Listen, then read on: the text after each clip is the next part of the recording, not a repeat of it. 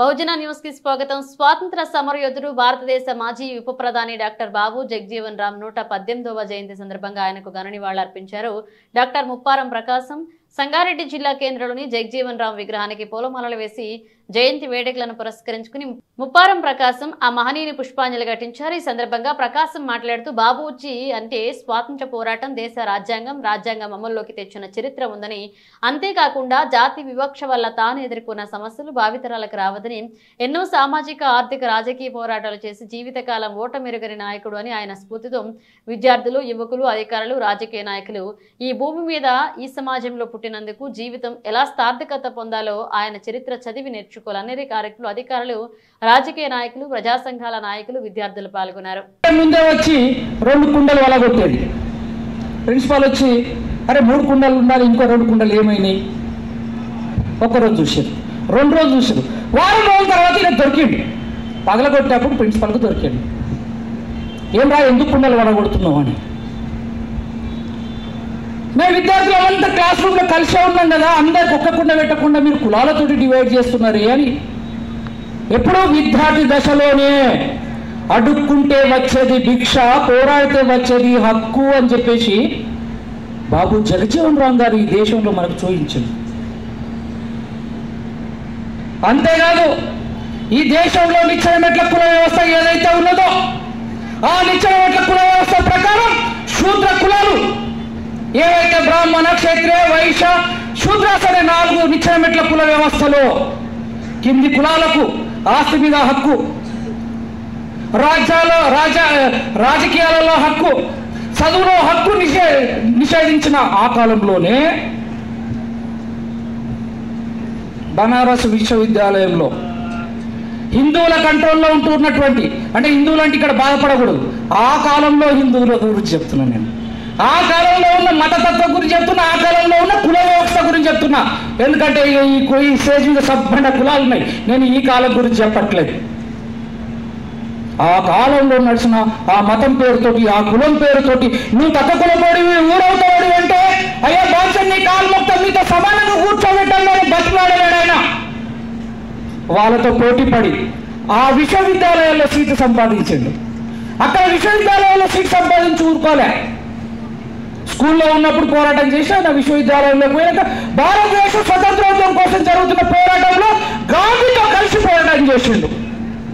చదువుకోండి పోయినోడు చదువుకోవచ్చు కదా, చదివే కాదు నా దేశ స్వతంత్రాన్ని సంపాదించే బాధ్యత విద్యార్థిగా నా మీద కర్తవ్యం ఉంది అని చెప్పేసి ఆ రోజు పోరాటం చేసిన అట్లాంటి తెగింపు విద్యార్థుల్లో రావాలి. అందుకే నెహ్రూ అంటాడు, ఈ దేశ భవిష్యత్తు ఎక్కడ నిర్మించబడుతుంది అంటే విద్యార్థులున్న 4 గోడల మధ్యలో దేశ భవిష్యత్తు నిర్మించబడుతుంది అంటాడు.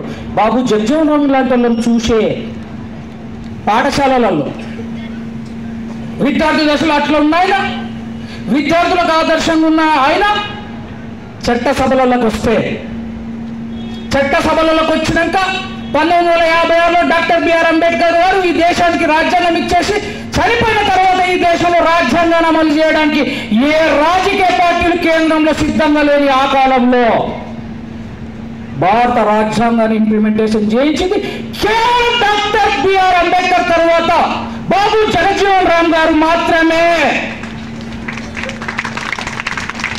అంబేద్కర్ గారు వంట చేసి పెడితే రాజ్యాంగం అనేది వంట అయితే, రాజ్యాంగం అనేది తిండి అయితే వడ్డించింది బాబు జగజీవన్ రామ్ గారు. ఇవాళ అరాకొరక జ్ఞానం ఉన్నటువంటి గాది నా కొడుకులు ఈ దేశంలో జగజీవన్ రామ్ గారు అంబేద్కర్ ద్రోహి అని, అంబేద్కర్కు వ్యతిరేకంగా ఉన్నాడని. అంబేద్కర్కు ఎక్కడ వ్యతిరేకంగా ఉన్నాడు బాబు జగజీవన్ రామ్ గారు?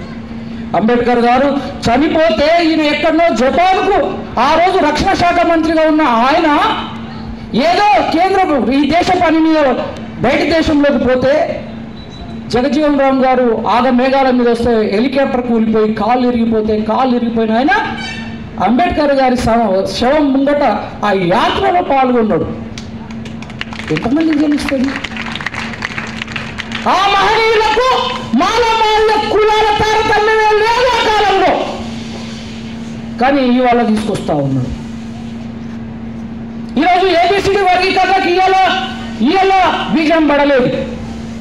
1971లోనే మనం అఖండ భారతదేశానికి స్వతంత్రం తీసుకొస్తే పాకిస్తాన్ మన దగ్గరికి వెళ్ళి విడిపోయినప్పుడు, బంగ్లాదేశ్ వాళ్ళ దగ్గర ఉన్నప్పుడు, బంగ్లాదేశీలు మేము కూడా పాకిస్తాన్కి వెళ్ళి విడిపోతామని అన్నప్పుడు పాకిస్తాన్ అనేది మనం కలిసే ఉండాలి అన్నది.